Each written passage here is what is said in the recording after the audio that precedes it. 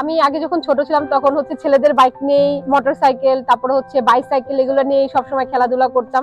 আর আমি সবসময় ছেলেদের মতো চালচলনটা একটু বেশি পছন্দ করতাম। এই কারণেই হচ্ছে আমার বাইকের প্রতি এত ঝোঁক, বাইকে বা স্কুটারের প্রতি আমার এত ঝোঁক। আর আমার বাইক নিয়ে সবচেয়ে মজার অভিজ্ঞতা হচ্ছে, আমি যখন প্রথম প্রথম বাইক মানে চালানো, স্কুটার চালানো শিখি, তখন হচ্ছে আমার স্টার্টিংটাই ছিল হচ্ছে যে রাইড শেয়ার করবো, আমি পিছনে একজনকে পিলিয়ন বসায় তারপর হচ্ছে আমি রাইডটা শেয়ার করবো। তখন হচ্ছে যে এক আপুকে আমি হচ্ছে পিছনে বসাইছি, বাট সে জানতো না যে আমি নতুন বাইক চালাই। সে তো জানে যে আমি নতুন মানে পুরানো চালাতে পারি। এখন আমি যখন মানে বাইক চালাচ্ছিলাম তখন সে তো আমার পিছনে, আমার যখন আমি বাইক চালাচ্ছি তখন তো সে আমার বাইক চালানো দেখে বুঝে গেছে যে আমি আসলে বাইক ওই রকম চালাতে পারি না। তখন সে তো শুধু দোয়া পড়তে, আমি বলছি আপনি দোয়া পড়তে থাকেন, আমি আপনার গন্তব্যে আপনাকে পৌঁছায় দিব। আলহামদুলিল্লাহ আমার বাইকিং 8 বছরের মধ্যে আমার কখনো ওইরকম মানে অনেক বড় মেজর কোনো অ্যাক্সিডেন্ট আজ পর্যন্ত হয় নাই। কারণ আমি সবসময় সেফটি মেনটেন করি, আমি হেলমেট মেনটেন করি, আমি হাতে সবসময় গ্লাভস পরে থাকি। একটা অনাকাঙ্ক্ষিত ঘটনা ঘটছিল একবার, তো আমি টিভিএস এর উইগো চালাইতাম কনফিডেন্স, এখন আমি বলতে পারি এটা আমার দোষ ছিল না। অফিস যাওয়ার পথে জাস্ট পেট্রোল পাম্প থেকে হচ্ছে মানে আমি বাইককে টুয়েলটা জাস্ট যখন নিয়ে বের হয়েছি, আমার বাইকটাকে পিছন থেকে খুব জোরে সজোরে ধাক্কা দেয়।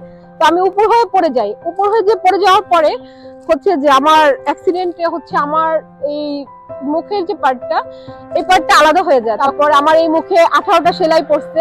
তখন বাসা থেকে বলছে যে তুমি আর বাইকটা চালাবা না, বাট আল্লাহর কি অশেষ রহমত এবং আমার সাহসিকতায় আমার মুখে 18টা সেলাই পড়ছে, 7টা স্টিচ থাকা অবস্থায় আমি অফিস কন্টিনিউ করছি, আমি বাইক চালাইছি, আবার সেই বাইক চালাইছি।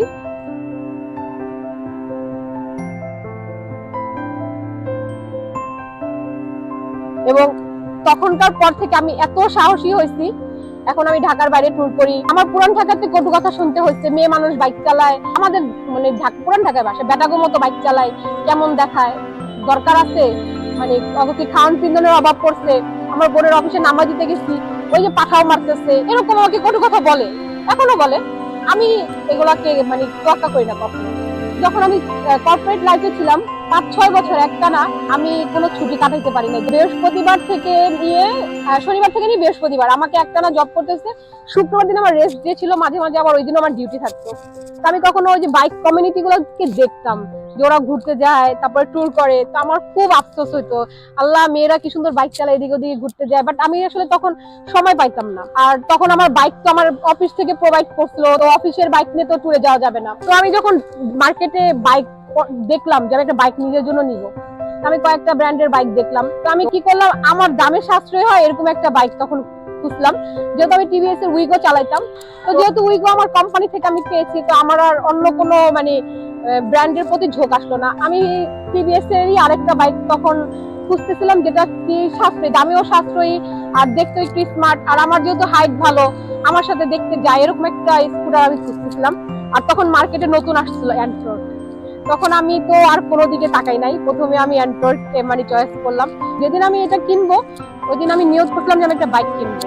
তো আমি 60 ফিট দিয়ে যাচ্ছিলাম, হাতের বাম পাশে দেখি টিভিএস সেল পয়েন্ট, ওইখানে একটা অ্যান্ড্রয়েড খুব সুন্দর করে সাজায় রাখছে, একদম ফ্রন্টেই দেখা যাচ্ছে।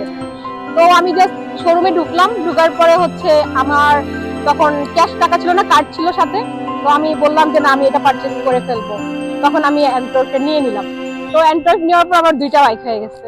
আমি একটা বাইক আমার বসের বাসায় রাখি, একটা বাইক আমার বাসায় রাখি, বাট পর্যায়ক্রমে আমি 2টা বাইকই চালাইতেছি। আর সবকিছু হচ্ছে যত্ন করলে সবকিছুই ভালো থাকে।